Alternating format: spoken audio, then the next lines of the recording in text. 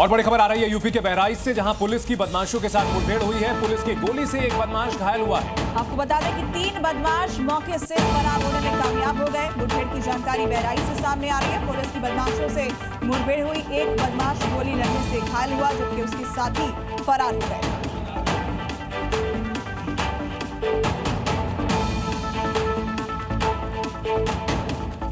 छत्तीसगढ़ में अतिक्रमण के खिलाफ बुलडोजर एक्शन जारी है। सूरजपुर में प्रशासन ने अवैध अतिक्रमण के खिलाफ बड़ी कार्रवाई की। इस दौरान कई दुकानों और मकानों के अवैध हिस्से पर बुलडोजर चलाया गया।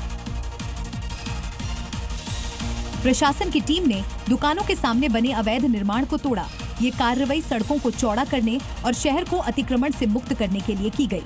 सुबह से ही प्रशासन 1 दर्जन बुलडोजरों के साथ मौके पर मौजूद रहा। प्रशासन ने करीब 36 दुकानों और मकानों पर बुलडोजर चलाया। लोगों ने यहां दुकान के सामने अतिक्रमण कर अवैध निर्माण कर दिया था।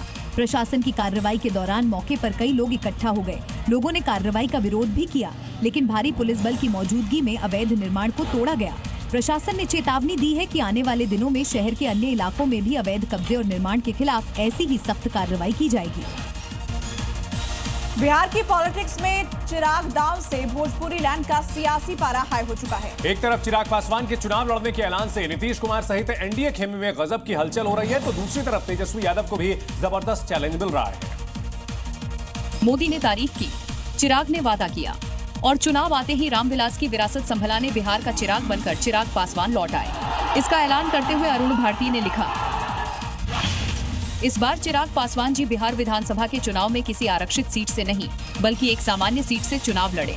चिराग पासवान अब सिर्फ एक समुदाय की नहीं, पूरे बिहार की उम्मीद है। यानी बिहार की राजनीति में चिराग की एंट्री से कई समीकरण बनेंगे, तो कई गुणा गणित बिगड़ेंगे भी। वैसे भी बिहार फर्स्ट, बिहारी फर्स्ट का नारा बुलंद करने वाले चिराग पासवान ने अपने बिहार लौटने का ऐलान पहले ही कर चुके थे। अब तो बस औपचारिकता बाकी है।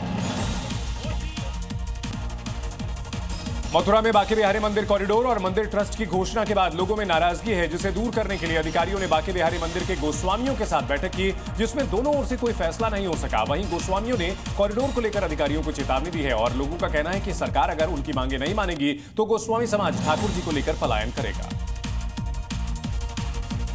छत्तीसगढ़ के धमतरी में एक तेंदुआ शिकार के लिए रिहायशी इलाके में घुस गया, जिसे देखकर लोगों में डर का माहौल है। ग्रामीणों ने वन विभाग को तेंदुए की जानकारी दी है। लोगों को देखकर तेंदुआ गांव के एक किराना व्यापारी के गोदाम में जाकर छिप गया, जिससे ग्रामीणों में अफरा तफरी मच गई। बाद में तेंदुआ खुद ही गोदाम से बाहर निकला और जंगल की तरफ भाग गया। वन विभाग ने लोगों से अलर्ट रहने की अपील की है।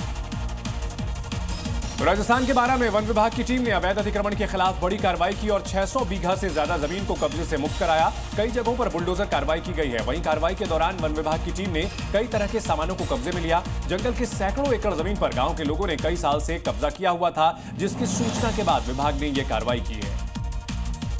मिजोरम के कई इलाकों में भारी बारिश की वजह से जनजीवन बुरी तरह प्रभावित हुआ है। कई इलाकों में बाढ़ जैसे हालात हैं, जिसकी वजह से कई जगहों पर मिट्टी बहाव, भूस्खलन और चट्टानें गिरने सहित कई तरह के हादसे हुए हैं, जिसके कारण आज सभी स्कूलों को बंद रखने का आदेश दिया गया। राज्य सरकार ने दिशा निर्देश जारी किए हैं और लोगों को अलर्ट किया है।